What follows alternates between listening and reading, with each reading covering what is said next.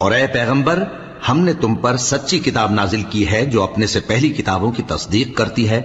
اور ان سب پر نگہبان ہے، تو جو حکم اللہ نے نازل فرمایا ہے اس کے مطابق ان کے درمیان فیصلہ کرنا، اور حق جو تمہارے پاس آ چکا ہے اس کو چھوڑ کر ان کی خواہشوں کی پیروی نہ کرنا۔